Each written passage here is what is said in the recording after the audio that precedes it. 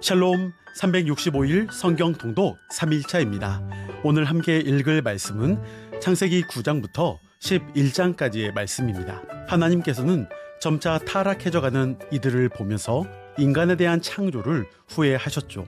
그래서 인류를 물로 심판하시기로 작정하셨지만 노아를 통해서 방주를 만들도록 하셨고, 노아의 가족들과 방주 안에 탄 동물들에게는 구원을 허락하셨습니다. 이제 9장에서는 홍수로 다시 심판하지 않겠다는 무지개의 언약을 주셨고, 이제 노아와 아들들에 대한 내용이 짧게 언급되어 있음을 볼 수 있습니다. 노아에게는 셈, 함, 야벳이라는 세 아들이 있었습니다. 그런데 성경에서는 이 세 아들에 대한 축복이 상반되게 나타납니다.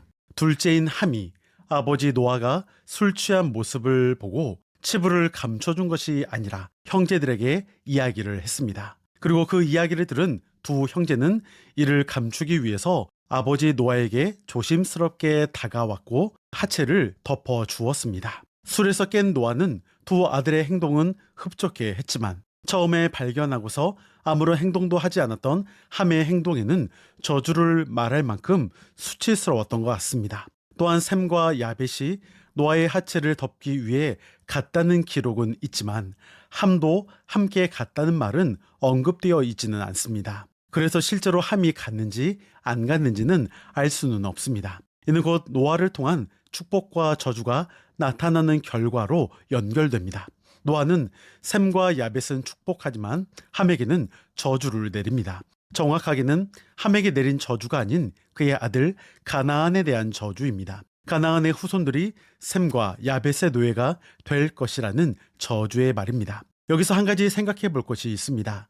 가나안의 저주가 개인 한 사람이었던 가나안을 의미할 수도 있지만 모세 오경에 나타난 신학적 관점으로 본다면 가나안은 차지해야 할 땅이기도 합니다. 그렇기 때문에 가나안은 개인적으로 저주받아야 할 이름보다는 오히려 신학적 관점에서 가나안 땅에 사는 여러 족속들, 이스라엘이 진멸하거나 쫓아내야 할 백성들이기도 합니다. 그러한 내용이 10장에 등장하는 노아의 족보, 계보를 통해서 잘 나타나 있습니다. 이제 11장에는 죄에 대한 극심한 상황이 등장합니다. 그 일이 나타난 것이 바로 바벨탑 사건입니다. 그 이전 노아의 홍수 사건을 통해 하나님은 이 땅을 심판하셨죠. 그러나 방주를 통한 구원을 허락하셨습니다. 그리고 그 방주 안에 생명을 통해 재창조와 같이 번성하게 하셨습니다. 그런데 타락한 인간들은 여전히 자신들의 이름을 높이려 했습니다.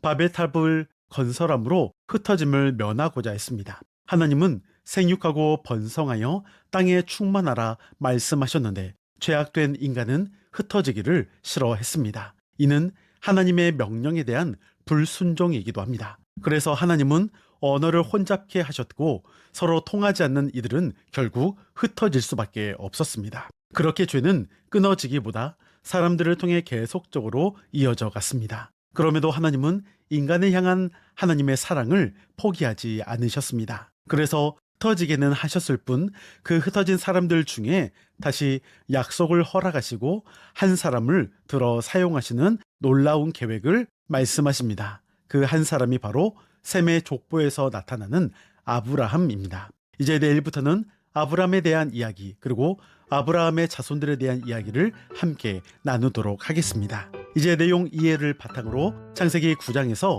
11장까지의 말씀을 보겠습니다. 여러분, 오늘도 승리하시고 평안하세요.